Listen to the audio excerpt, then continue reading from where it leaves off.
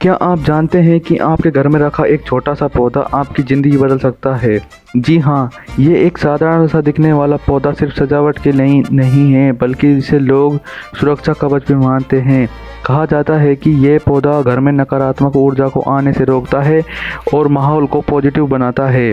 और सबसे दिलचस्प बात यह भी है, बहुत से लोग मानते हैं कि ये पौधा घर में पैसों की बारिश भी लाता है।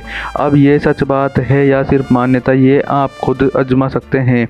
लेकिन एक बात तो तय है, ये पौधा आपके घर को सुंदर, फ्रेश और आकर्षक जरूर बना देगा। और देर किस बात की, आज ही इस पौधे को अपने घर में लगाइए और फर्क खुद महसूस कीजिए। और कमेंट में बताइए कि पहले से ही ये किस किस के घर में लगा हुआ है।